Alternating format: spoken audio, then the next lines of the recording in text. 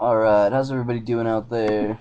This hopefully will become a weekly video, usually to be released on Monday. I know it's Wednesday, so I'm releasing it a little late, but I've been really busy this week, so I haven't gotten around to it. But basically what this is going to be, hopefully, is going to be basically me running down and giving you my opinions on what happened on the games that happened the day before, which would usually be Sunday, and then I'll give you a prediction of the Monday night game.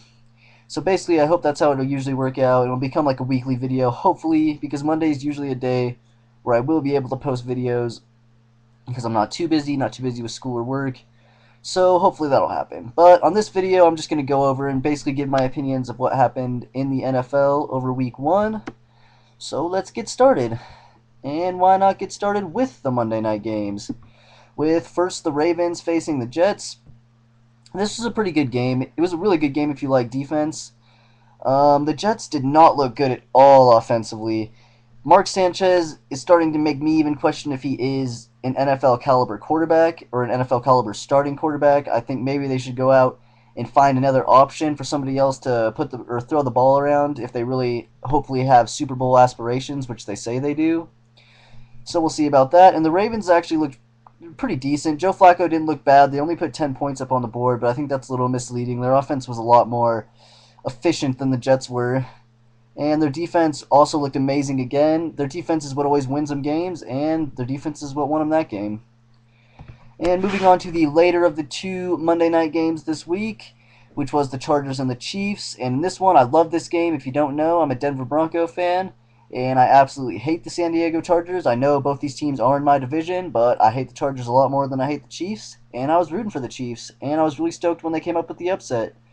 Phillip Rivers, it took him a while to get going. It took a while for the Chargers offense to get going. The Chiefs scored on a couple, you wouldn't call them fluke plays, but good special teams plays, which really gave them the advantage and gave them the momentum, and they ended up holding on to the lead and winning the game. So good for them. And moving over to the Sunday night game, I thought the Sunday night game was pretty boring until about the last play. The last play was pretty exciting, but if you didn't see it, the Cowboys lost on a hold call on the last play where Tony Romo does his old thing where he runs around and acts like he's cool and throws a touchdown pass, but they lost. And that made me think that the Cowboys once again were overrated going into the beginning of the season. If you saw my predictions video, I took the Redskins to take that division, so I'm pretty glad I did at this point. And yeah, Cowboys go down, so I like that too because I don't really like the Cowboys. Moving on to some of the other games, Cardinals-Rams. I'm not going to talk too much about this. The Cardinals look like they're going to bounce back pretty good from having Kurt Warner retire last year and Anquan Boldin leaving and going to the Ravens. So I think they'll do pretty good, and I think they actually have a chance now at winning the NFC West.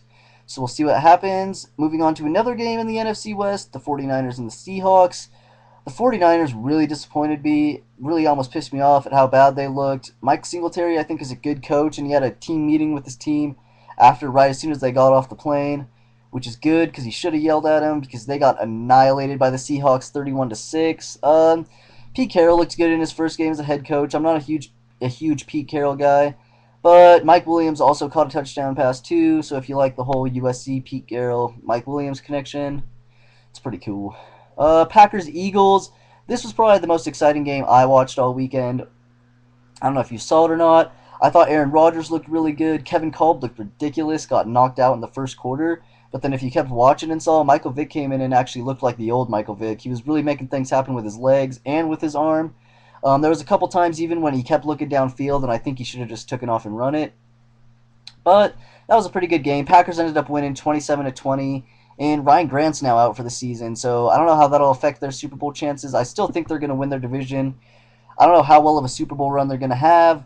We'll just have to wait for the playoffs on that one. Falcons-Steelers. I'm not going to talk too much about this one. Steelers won. These are two average, decently matched up teams. So I don't think you could really tell too much from the first game. Steelers won in overtime. Dennis Dixon did look actually pretty good, though, which I was surprised about. But moving on, the Titans destroyed the Raiders. Chris Johnson looked amazing. Vince Young actually looked really good, too. The Titans' defense looked good. The Titans overall looked good, but then again, they were playing the Raiders. It looked like it could be another long season for all you Raider fans out there, so good luck with that, because I hate the Raiders too. And moving on to probably the biggest upset of the weekend, I guess, which would be Colts-Texans. The Texans beating the Colts by 10 points. This one really shocked me. I can't believe the Colts defense would allow 34 points to the Texans. The Texans have a good offense, but not that good of an offense. And Arian Foster running for 233 yards.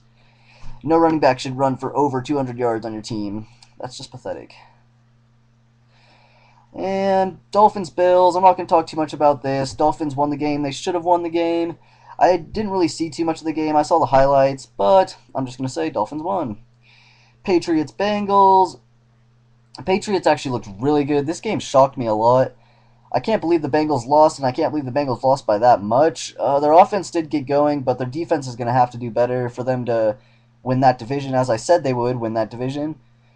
But we'll see what happens. It was just the first game of the year. Wes Walker looked really good coming off of his knee injury. He looked just like how he used to. So that's good if you're a Patriots fan. Tom Brady was also really accurate in spreading the ball around like he always does. So that was cool.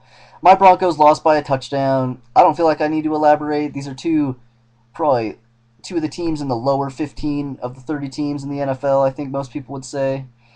Evenly matched, though, and as you can see, it was an evenly matched game. Broncos just came up a touchdown short on the road, which I was disappointed in. Vikings Saints, I kind of already talked about this, so I'm not going to get into it too much.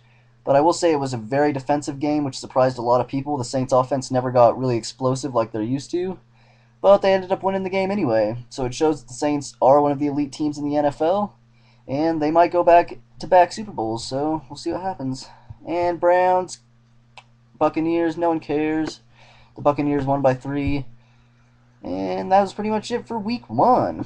So hopefully this video will be out next Monday of another video like this one of week 2. And I'll give you a Monday night prediction, and I'll kind of summarize all the Sunday night games. Another video will be out this week too. So that's it for now. Comment, tell me what you think. I know people disagree, so please tell me why you disagree.